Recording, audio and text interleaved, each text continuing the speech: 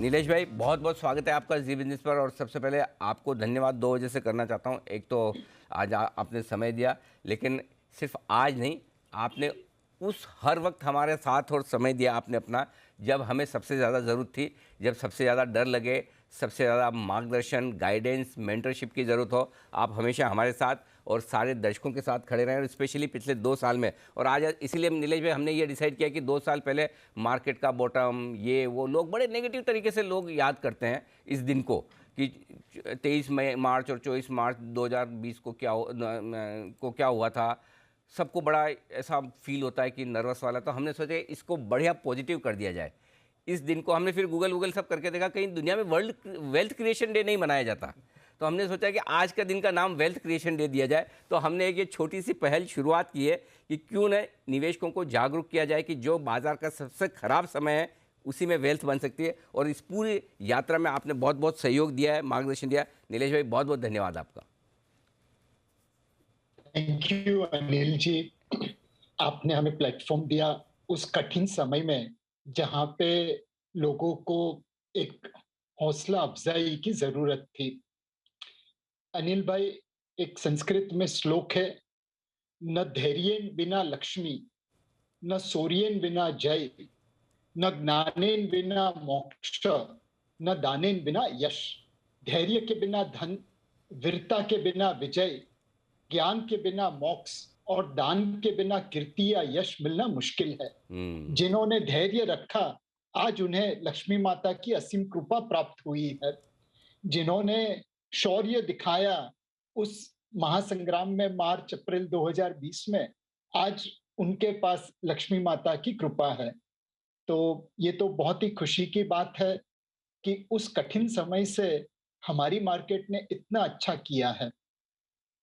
बिल्कुल ठीक बात है। और उस समय से लेकर अब तक हमेशा आपका सहयोग साथ रहा। लेकिन चूंकि हम वेल्थ क्रिएशन डे की बात कर रहे हैं, हर बुल रन में हम ज़्यादा पैसा बनाते हैं पहले से ज़्यादा। हर बेयर मार्केट में कुछ न कुछ अच्छे अनुभव होते हैं। इस बार के अनुभव बताएं, क्योंकि मेरे ख्याल से इस बार का जो मंदी का मार्केट था मार्च 2020 का, वो सबसे अलग था। तो नीलेश भाई ने इस पूरे मंदी और तेजी के माहौल में क्या कुछ नया सीखा, वो हम जानना चाहते हैं। अनिल भाई, जब मार्च 2020 में कोविड के आसार लोगों को दिखने लगे, तब हमारे लिए भी ये पहला एक्सपीरियंस था। 100 साल पहले शायद स्पेनिश फ्लू की वजह से ऐसी माहौल पैदा हुए होंगे, बट उसके ऊपर कोई ज्यादा लिटरेचर अवेलेबल नहीं था। तो हम भी एक आम निवेशक की तरह इस असमंजस में पड़े थे कि क्या होगा, कैसे होगा। और फिर वहां पे हमने एक ही चीज देखी कि it is always darkest before the dawn. रात भर का मेहमा है अंधेरा, किसके रोके रुका है सवेरा। We deployed our standard tools कि market cap to GDP ratio कहाँ पे है, प्राइस टू अर्निंग या प्राइस टू बुक रेशो क्या है, मार्केट ने कितने डर से इसको डिस्काउंट करके रखा है। और उस टेक्निक, उस टूल की वजह से हम लोगों को एक हौसला अफजाई कर पाए कि नियर टर्म में पता नहीं क्या होगा, लेकिन यह लेवल है कि आप इक्विटी में ओवरवेट रहिए, सारा पैसा एक साथ मत लगाइए।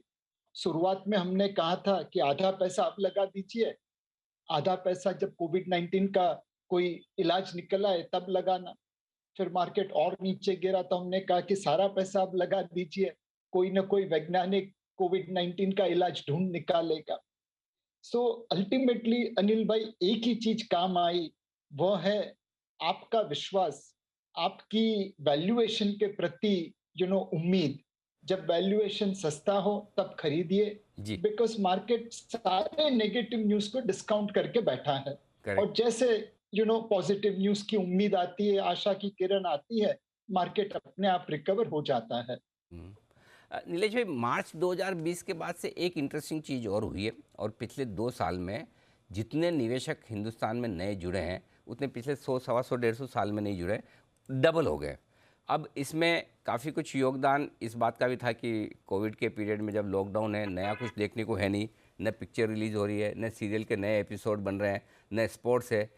अब न्यूज़ भी देखेंगे तो हर जगह डिप्रेशन, कोविड के इतने केस, कोविड के ये, कोविड का वो, ये दवा नहीं मिल रही, ये हॉस्पिटल में बेड नहीं मिल रहा है, देख देख के आदमी डिप्रेशन में आ जाए।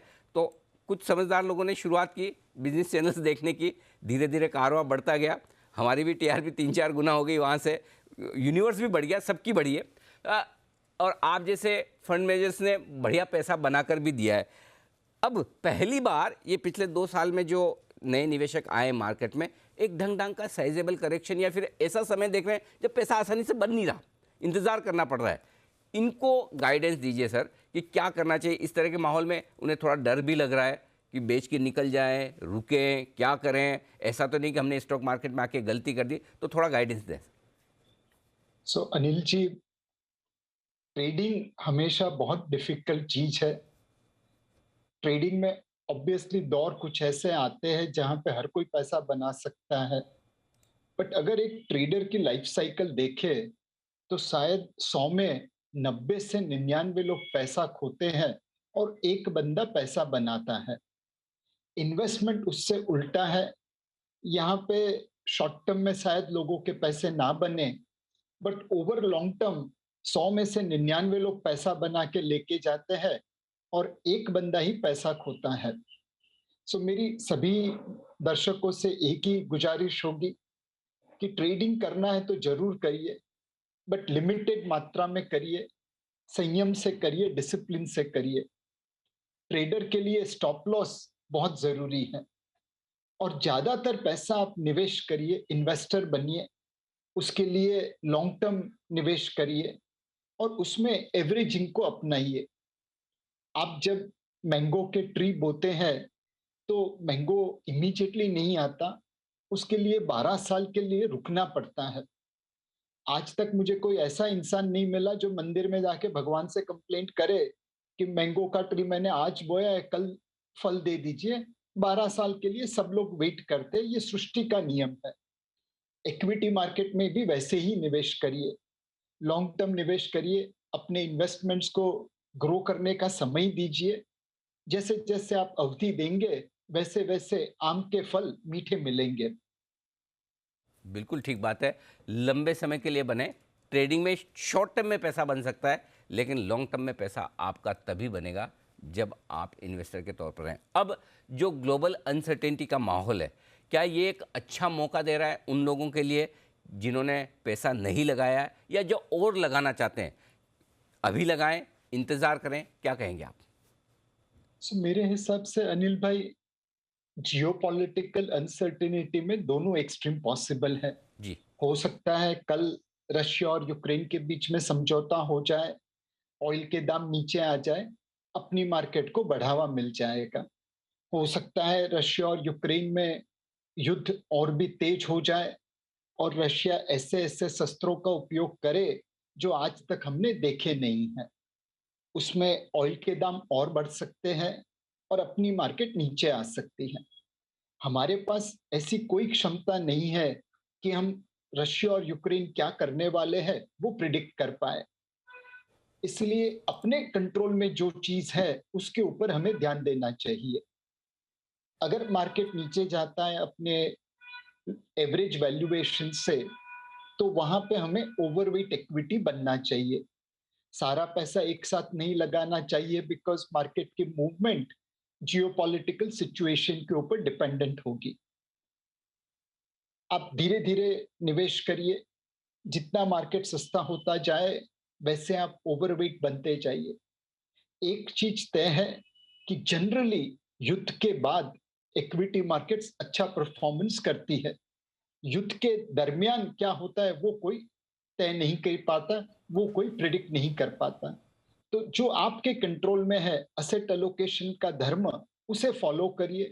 सस्ती हुई मार्केट में ओवरवेट इक्विटी बनिए, मार्केट थोड़ी भाग जाती है तो प्रॉफिट बुक कर लीजिए और न्यूट्रल वेट इक्विटी बन जाइए। नीलेश भाई, कई बार है ना, आप इतनी बड़ी बड़ी बातें इतनी आसानी से, इतनी सरलता से कह जाते हैं, और एक्चुअली है ना आपकी वो आवाज़ में जो है ना वो पिच है ना एकदम बिल्कुल वैसी नॉर्मल है।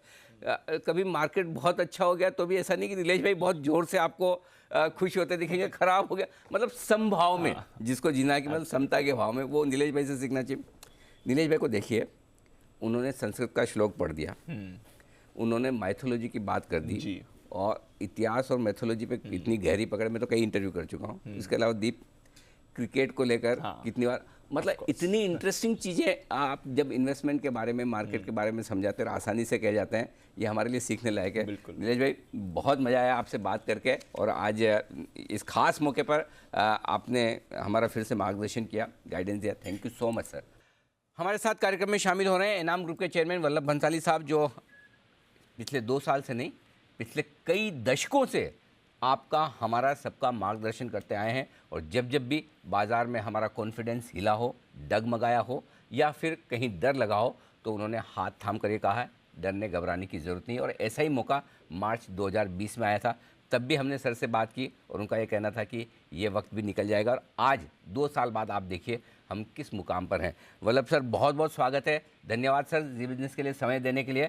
हमने ये सोचा कि इस 2 साल पहले के वक्त को, इस 24 मार्च को इसलिए याद किया जाता है कि बड़ा मनहूस दिन था, लोअर सर्किट लगे थे, लोगों का बड़ा पैसा निकला। हमने सोचा कि क्यों नहीं इसे एक पॉजिटिव तरीके से देखकर इसे वेल्थ क्रिएशन डे के तौर पर मनाया जाए, कि इस तरह के ख़राब बाज़ार में जब हमारे निवेशक पैसा लगाते हैं तो उन्हें फ़ायदा होता है। आपने हमेशा से मार्गदर्शन किया सर, बहुत बहुत बधाई, धन्यवाद भी। ये बताएं सर, इस बार जो मार्च 2020 में हमने पूरा बाज़ार का ख़राब माहौल देखा, वहाँ से यहाँ तक की यात्रा की, क्या खास बातें आप समझते हैं जो एक निवेशक को ध्यान में रखनी चाहिए? देखिए कि पहले तो हमेशा हमें कंपनियां देखनी चाहिए। मार्केट को देखना आसान नहीं होता। वो जो लोग सट्टेबाज हैं, जो लोग ट्रेडिंग करते हैं, डेरिवेटिव्स करते हैं, उनमें वो समझ भी होती है, उनके लिए आवश्यक भी है। हमारे लिए हमेशा आवश्यक होती है अच्छी कंपनियों के दामों को देखना। जो शेयर है, निवेश है, वो निवेश हम किसी एक चीज में करते हैं और तो यही देखते हैं कि ये चीज टिकाऊ है और ये बढ़ेगी कि ना बढ़ेगी। उसका लॉन्ग टर्म ही देखा जा सकता है। और जैसे अभी हम देखें कि हम बचपन से न जाने कितनी बार गिरे पड़े, कभी परीक्षा में फेल हुए, लेकिन जो विद्यार्थी, जो व्यक्ति लगा रहता है, वो कहीं ना कहीं मुकाम पे पहुंच जाता है। और उसकी हम पात्रता देखकर कुछ निर्णय कर सकते हैं कि ये लंबी रेस का घोड़ा है या नहीं। तो वैसे ही हम शेयर बाजार के संदर्भ में जब ऐसा आकलन करना सीख जाते हैं तो हम घबराते नहीं। उल्टा ये कि ऐसे ऐसे परिस्थितियों में जो घबरा जाते हैं, जो यहाँ पर कोई आकलन करके नहीं लेकिन टिपबाजी के चक्कर में आते हैं, वे लोग अपना माल बेच जाते हैं या अपनी अपनी मजबूरियों के कारण बेच जाते हैं। तो वो तो वेल्थ क्रिएशन के सबसे बड़े मौके होते हैं। और सब आप जानते ही हैं कि हम तो देवता की तरह बफेट साहब और मंगल साहब को पूछते हैं, वो एक ही सिद्धांत सिखाते हैं कि जब सब घबराते हैं तुम साहसी बनो, और उसका उल्टा, जब साहसी बने तब घबराओ।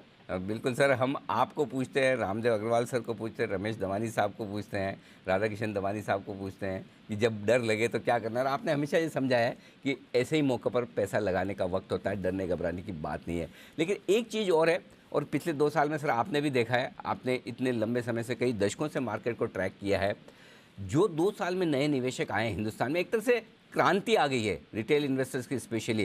क्या कहेंगे आप, ये जो नए खिलाड़ी बाजार में उतर रहे हैं उन्हें? और दूसरा, पहली बार 2 साल के बाद ढंग ढंग का बाजार करेक्शन देने की कोशिश कर रहा है, रुकने अटकने की कोशिश कर रहा है, तो जिन लोगों का कॉन्फिडेंस हिल रहा है वो कैसे मजबूती से बने रहे? तो ये है कि अभी जो 2020 का मार्च था और ये 2022 का मार्च, इन दोनों में बहुत फर्क है। 2020 के मार्च में तो इतना कोहराम था, हम क्या सामना कर रहे हैं, किस बात का सामना कर रहे हैं, कोई अंदाज ही नहीं था। आज की परिस्थिति वैसी नहीं है। रही बात नए निवेशकों की, तो नए निवेशकों की मैंने न जाने कितनी लहरें दिखी हैं। 1985 में, 1987 में, 1992 में जब मास्टर गेन, हर्षद मेहता के समय की बात है, उसके बाद मास्टर गेन की बात है, तो समय समय पर लहर आती है। जी, लोग, इसमें 2 प्रकार के लोग होते हैं, जो केवल निवेशक है ही नहीं, उन्हें लगता है अच्छा यहाँ पे कोई पार्टी हो रही है तो चलो अपने एक प्लेट खा आते हैं। तो वैसे लोग तो इन्वेस्टर नहीं है, वो बड़ी जोखिम लेके यहाँ आते जाते हैं। दूसरे ऐसे होते हैं जो वाकई सोचते हैं कि हमको लॉन्ग टर्म में एंटर करना है, लेकिन उनकी टाइमिंग सही नहीं होती है। और टाइमिंग की बहुत चिंता भी नहीं करनी चाहिए। जो लोग सारा पैसा एक साथ नहीं लगाते हैं, वे धीरे धीरे सीखेंगे। तो ये सीखने की कीमत है। तो यही कारण है कि ये जितनी लहरें आई, उनमें एक हिस्सा होता है एक फ्रैक्शन होता है जो वाकई लॉन्ग टर्म मार्केट से कमिटेड होते हैं, और वो देखेंगे कि वो जो पिरामिड का बेस है, उनका जो आधार है, वो आधार चौड़ा होता ही गया है, बढ़ता ही गया है। तो इस समय जो बड़ी लहर आई है, वो बड़ी लहर के अंदर भी मैं समझता हूँ कि एक अच्छा खासा हिस्सा ऐसा होगा जो कि अभी देखेगा कि हमारे को घाटा हो रहा है, लेकिन वो घबरा के जाएंगे नहीं। तो हमारे एसआईपी के अकाउंट्स, म्यूचुअल फंड के अकाउंट्स, इनमें ये जो वृद्धि हुई है वे इस हिस्से के परिचायक है। तो हमें इन्हें देखना है। बाकी लोग तो जिन्हें हम कहते हैं पार्टी की शान है, ये लोग आते हैं जाते हैं, कई बार अपना खून बहा जाते हैं, तो बड़ा दुख होता है। लेकिन ये तो जीवन का हिस्सा ही है कि कुछ लोग सीरियस नहीं होते हैं, अपने जीवन के प्रति सीरियस नहीं होते, तो निवेश के प्रति क्या सीरियस होंगे। बिल्कुल ठीक बात है सर, आपका ऑब्जर्वेशन ज़बरदस्त है। अच्छा, पहला सवाल जब मैंने आपको पूछा तो आपने एक पहला सेंटेंस जहाँ से शुरू किया कि अच्छी कंपनी के शेयर खरीदने। अब आपका जो अनुभव है इतने सालों का, हाँ, मुझे नहीं याद पड़ता कि हिंदुस्तान में इतने अनुभवी बहुत लोग हैं जिन्होंने 30-40 साल 50 साल तक कॉरपोरेट्स के साथ बहुत नज़दीकी से काम किया हो। हर तरह के कॉरपोरेट, बड़े से बड़े, और काफ़ी ऐसे कॉरपोरेट जो बहुत छोटे थे, जो बड़े आज निफ्टी में बनकर बैठे हैं, सेंसेक्स में बैठे हैं, उनके साथ आपने काम किया, उनको सलाह दी है। आप किसी कंपनी में क्या देखते हैं निवेश करने के पहले? हालांकि बहुत लंबा ये हो सकता है आपके अनुभव को देखते हुए, लेकिन फिर भी कुछ ऐसी टिप्स, कुछ ऐसी बातें जो हमारे दर्शकों को आप बताना चाहेंगे अपने अनुभव से। देखिए, हम किसी भी कंपनी में इन्वेस्ट इसलिए करते हैं कि उसमें दो बातें होती है। क्या ये उसमें बड़ा होने की क्षमता है? जो मैं काम नहीं कर सकता ऐसा काम ये प्रमोटर, ये कंपनी कर सकती है कि नहीं। दूसरी है कि वो क्षमता का जो लाभ होगा उसमें मुझे करीब करीब मेरा हिस्सा मिल जाएगा या ना मिलेगा। वो कमाए और कमा के घर ले जाए या बहा दे तो मतलब नहीं है। तो ये दो हिस्से बड़े बड़े हैं, और जिनमें क्षमता ही नहीं है और बहुत ईमानदार हैं वगैरह वगैरह, तो वो भी आपके कुछ काम की नहीं। वो तो बॉन्ड बन जाएगा कि भाई, गुजराती में कहावत है कि ये तो मास्टर ऐसा है, ना तो पढ़ाता है ना मारता है। क्या बात है, बिल्कुल ठीक है। तो बेसिकली एक प्रमोटर का पोटेंशियल और दूसरा प्रमोटर की नीयत, राइट सर? बिल्कुल। और वैल्यूशंस? देखिए, वैल्यूएशन में हम इतनी तकलीफ नहीं पाते हैं। वैल्यूएशन मार्केट के साथ कभी कभी इंडस्ट्री के प्रोस्पेक्ट अचानक बढ़ जाते हैं और उसके कारण उसके अंदर उछाल आ जाता है। तो अगर आप उसमें ऐसी कंपनी में कभी लगा भी देंगे तो आपको ठीक है रिटर्न कम मिलेगा, आपको 2 4 5 साल राह भी देखनी पड़ती है, लेकिन आखिर में जहाँ क्षमता है और नीयत है वहाँ पे हमारी कमाई होती है। और इसीलिए बार बार कहते हैं कि ये मार्केट में जब जब बहाड़ और जब ऊपर नीचे बहुत आती है, तब अच्छा बुरा गेहूं के साथ घुन भी पिस जाता है। अच्छी अच्छी कंपनियों के दाम भी बिना कारण गिर जाते हैं, क्योंकि जो हमारी म्यूचुअल फंड इंडस्ट्री है उनकी एक मजबूरी होती है कि उनको जब रिडेम्पशन आता है तो उन्हें माल बेचना पड़ता है। तो अच्छे फंड मैनेजर को भी अपना अच्छा माल बेचना पड़ता है। उस समय हमें उस मौके का फायदा उठाना चाहिए। और ये छोटे इन्वेस्टर्स के लिए, इन प्राइवेट इन्वेस्टर्स के लिए बहुत अच्छी बात है जो धीरज वाले हैं कि अब हमारा मार्केट में इतने विविध रंग के हैं। कभी एफआईआई है, कभी सॉवरेन फंड है, कभी प्रमोटर है, कभी यहाँ के म्यूचुअल फंड हैं, इंडेक्स फंड है, न जाने कौन किस कारण से माल लेता बेचता रहता है। आप बिल्कुल मार्केट पे अपनी कंपनियों पे नजर लगाए रखेंगे तो आपको मौके मिलते ही रहते हैं। बिल्कुल ठीक बात है सर, ये बेहद इंटरेस्टिंग चीज़ बताइए। अच्छा सर, पिछले इतने बुल और बेयर मार्केट आपने देखे हैं, शायद एक थोड़ा फ़र्क अब ज़्यादा है कि अब पहले से कहीं ज़्यादा हम ग्लोबल हो गए हैं। पहले इतना शायद ग्लोबल मार्केट्स का फ़र्क नहीं पड़ता था। तो क्या निवेशकों को, जो हमारे सारे बाज़ार ग्लोबल मार्केट्स के साथ लिंक हो गए हैं, उसके चलते कुछ विशेष सावधानी, कुछ विशेष ध्यान रखने की ज़रूरत है? तो देखिए कि एक जैसे कहा कि कंपनी की क्षमता है, उस क्षमता के अंदर जैसे क्षति हो सकती है, वैसे पूरे देश की क्षति हो सकती है। और वो देश की क्षति ना हो उसके लिए हमारी सरकार मजबूत और समझदार होनी चाहिए, और वैसे ही हमको भी समझदार होना चाहिए। हमको समझदार होना चाहिए, उसकी बात तो आज मैं नहीं करूंगा देश के प्रति समझदारी की, लेकिन ये भारत ने पिछले 30 साल से 1991 में जब से रिफॉर्म हुए तब से करीब करीब हमारी नीतियां प्रगतिवान और देश को सुरक्षा और आगे बढ़ाने वाली हुई है। कभी कम कभी ज्यादा, लेकिन एकदम डुबाने वाली नीतियां नहीं हुई है। तो उससे एक संतोष होता है कि दुनिया में तो बहुत ऊपर नीचे होती है, कंपनियों के बिजनेस में बहुत ऊपर नीचे होती है, लेकिन अगर मैनेजमेंट अच्छा होता है, देश का मैनेजमेंट को सरकार कहते हैं, कंपनी के मैनेजमेंट को मैनेजमेंट कहते हैं, दोनों में कोई फर्क नहीं है। तो जहां वो लोग समझदार बैठे हुए हैं आपको बहुत चिंता नहीं करनी चाहिए। आप जितना भी अखबार टेलीविजन देख लेंगे उससे बहुत ज्यादा वे लोग जानते हैं और उनकी जिम्मेदारी है, तो जो जिम्मेदार लोग हैं वो उसका सामना करते रहते हैं। कभी कभी गलतियां भी होती है, पर कुल मिला के जब आपको लगे कि नहीं हमारी सरकार ठीक है, कंपनी का मैनेजमेंट ठीक है, तो ये सब अखबार पढ़िए, चर्चा कीजिए, लेकिन उसके ऊपर एक्शन लेने की बहुत कम अवसर पे आती है। अच्छा सर, और हमेशा की तरह आज भी आपका गाइडेंस, आपका मार्गदर्शन हमें और हमारे दर्शकों को मिला। बहुत बहुत धन्यवाद सर। इसी तरह से बड़े बड़े मौक़ों पर हम आपको याद करते हैं, कुछ विशेष आयोजन प्रयोजन होते हैं तब हम आपको याद करते हैं। आप अपनी व्यस्तता में से हमारे लिए समय निकाल कर हमें पूरा अपनी अनुभव, अपना मार्गदर्शन देते हैं। Thank you so much sir, बहुत बहुत धन्यवाद। बहुत बहुत धन्यवाद।